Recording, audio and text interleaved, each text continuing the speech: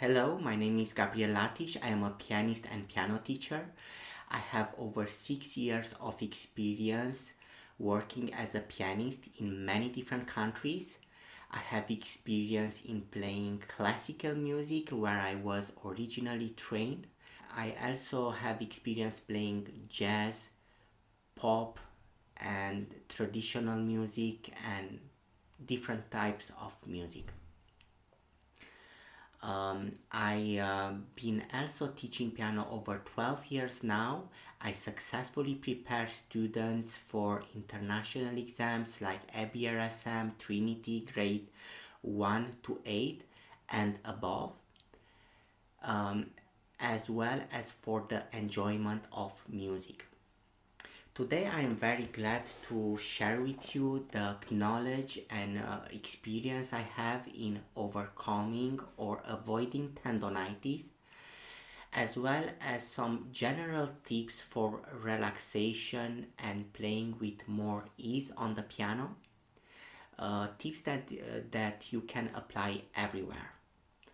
I learned these tips from great pianists I work with, as well as from my own experience. First exercise I always do before to do any scale or technical exercise, it's fall arm exercise. So keep your hand like this and let it fall with the natural weight of the arm.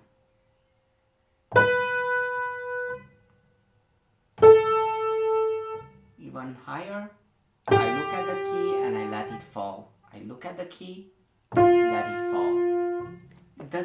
I don't have to look constantly. I just can look and then look somewhere else, and usually my finger will fall at the right place. Left hand, same thing.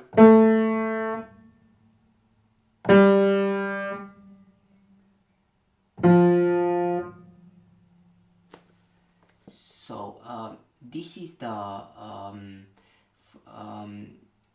one exercise I find very useful, because when I play I want to let my arm to go free to the chord or interval I want to play. For example, in this ragtime song,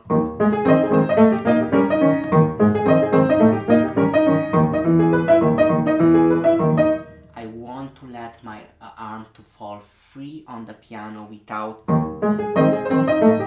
to saccadate somehow or stop that.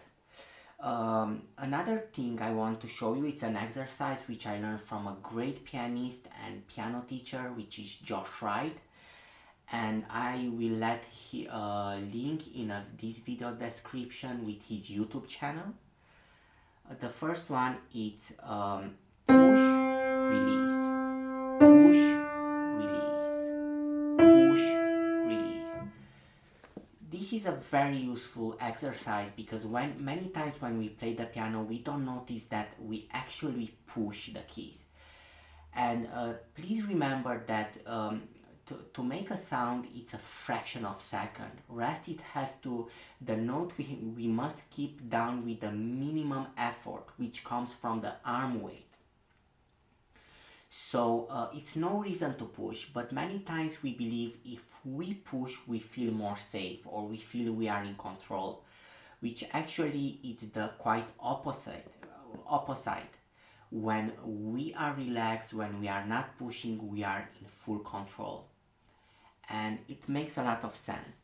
Second exercise I will show you, it's press the key softer and then relax. Shake it a little bit and say relax, relax, relax. Just a little bit, shake it to be sure that you don't put, because if I'm pushing I can't do like this, or it's very hard to do to shake the hand a little bit like this. So this is the second exercise. And the third one and the last one, it's up down. This is the most difficult one. It's not so hard though, but from this series is the most difficult one. So it's up down, up down, up down, up down, up down, up down. So when you go with the natural flexibility from the finger, and make sure that you do up, down, up, down. And you stop a little bit before to hit the note, so you don't smash. The wrong way, it's gonna be like this. And to push after each pressing the note, I push the note. That's the wrong way. Don't do it like that, and do it slowly and with a softer sound.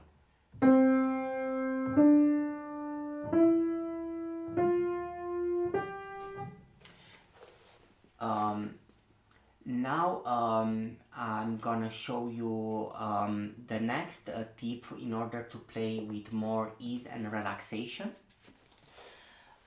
It's when you do a scale, for example, the arm put the fingers at the right place with the right sound, and the arm is connected with the fingers, always. For example, if my arm it's not connected, I will play B major scale like this.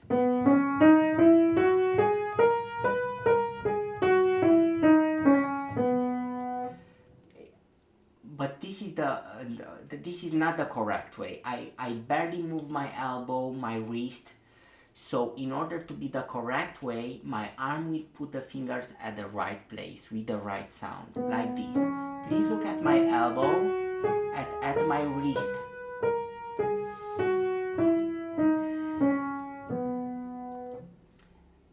Again, this you can apply literally everywhere. Look at my elbow, I go, I come back. And if you want to see, look, you play a little bit like this, or on a C major scale.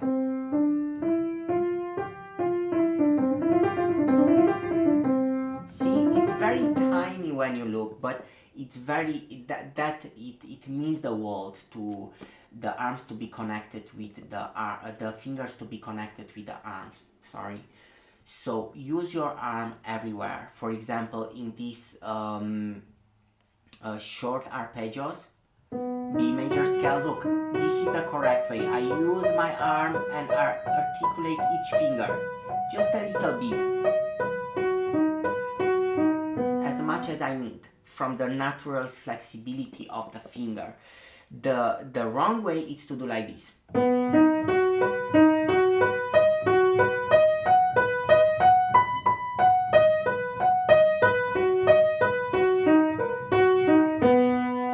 My arm already hurts when I do that. So again, this is the wrong way. See, my elbow is almost still as well as my wrist. But if I do the correct way, look how much flexibility.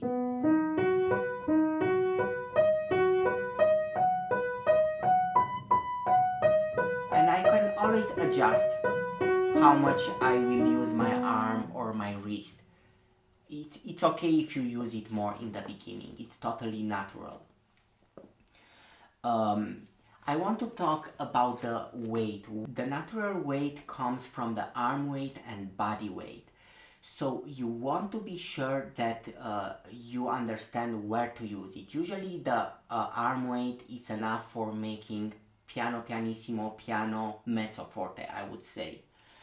From the forte, forte, fortissimo, you need body weight. So make sure that you also keep the correct posture. So look at my posture. I play piano pianissimo. I don't need to go closer to the piano. I don't need my body weight here. Or for example,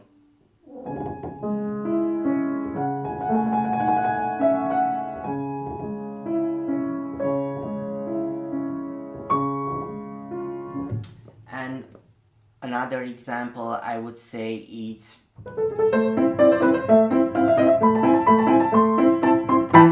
once I need a bit more sound, see, I put body weight. An example when I use body weight is from this intro from Tico Tico, the Brazilian song.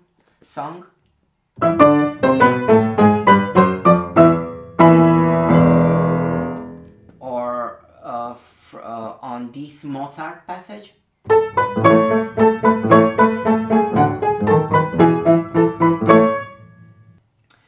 That's just few examples. I'm pretty sure you understand what do I mean by this.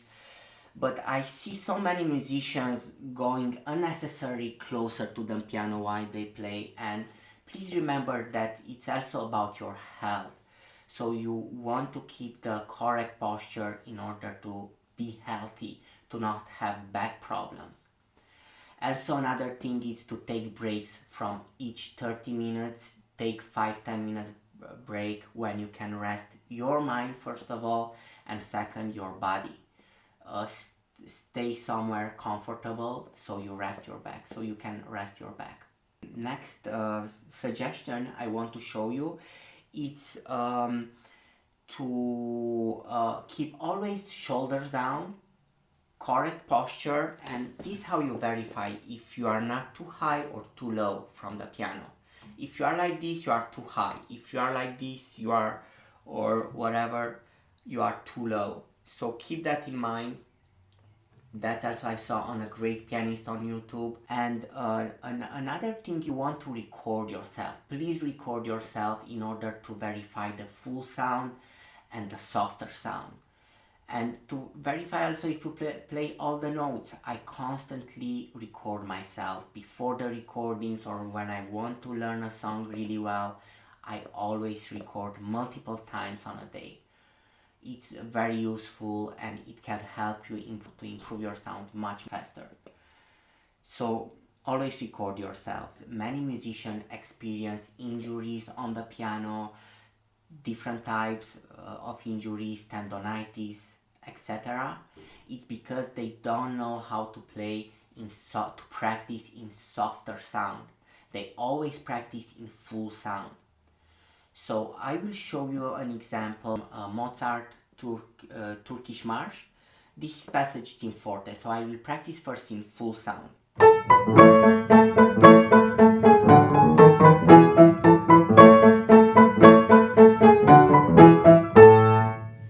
So this is in full sound, and let's say I want to improve this passage. Well, I can do maximum 2 times, 3 times in full sound. Again, record yourself, because I saw so many times many musicians believe they play in full sound and they play much louder. So you always want to verify. And then I will practice in softer sound. How? I will show you right away, with the clear intentions, but everything in softer sound. Think about the volume. Volume is here, put it down here, and practice with the same intentions, same willing.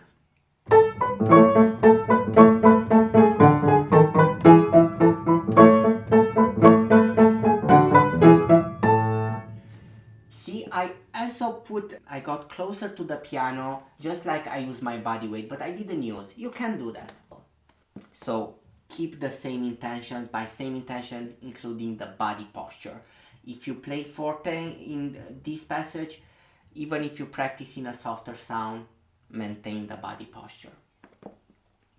That's extremely useful, and I remember I have a conversation with a piano teacher of mine from Germany, and he told me because he didn't practice in softer sound, he experienced tendonitis and never fully recovered, unfortunately. So imagine we play hundreds, over 100,000 of notes in few hours, or not even 1 hour on the piano. So if you always use your body weight, you always, and especially if you don't know how to relax properly, but anyway, even if you know how to relax properly, if you always put the body weight and you practice in forte, forte, fortissimo for a few hours in a row, it's more likely you will suffer some injuries, even tendonitis. So he said like 2 or maximum 3 times practice in full sound, rest of the times practice in softer sound, because our body is not designed to be able to not get injured when you play in full sound all the time, hundreds of thousands of notes. So That's the biggest problem, and I'm pretty sure because this problem with getting injured on the playing piano on different instruments as well, it's not only on for the beginners, it's also for the amateurs and professional musicians. So many experienced these injuries, and it was not good at all for most of them. This softer sound is the key, I would say. Once you practice in softer sound, you can learn every relaxation you want from that zone of practicing.